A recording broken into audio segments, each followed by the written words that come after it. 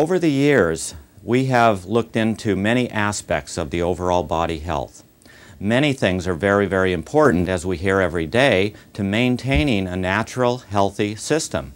But one of those areas that's really overlooked a lot is the mouth and the oral area.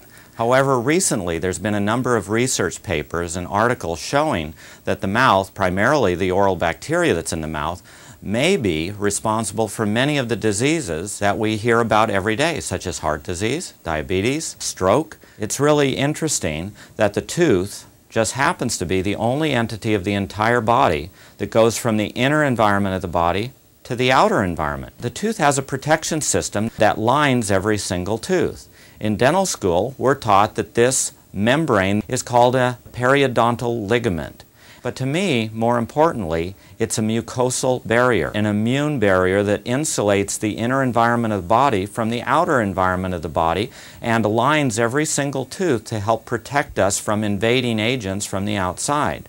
So it's very, very important for me as a practicing dentist to recognize that this is an important area of the body for its overall survival, and I have to do everything I can to help protect that. Lasers have totally changed the way medical practice is performed in many areas of medicine.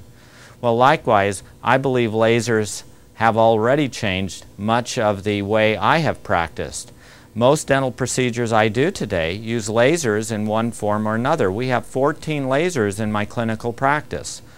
Now, what do lasers do?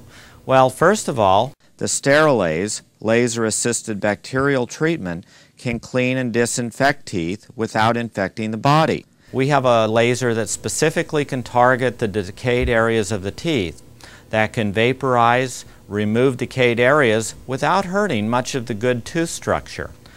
Then we can inject in tooth-like filling materials and literally fuse them together, all without the need for anesthetic in most cases. Next, when a person does come in with a large amount of tooth that has been destroyed by filling and a big metal filling is in, or even a tooth-colored filling, we can replace the tooth part that is missing, plus any diseased part that is broken down or decayed, with a tooth-like material and fuse it into the internal aspects of the tooth.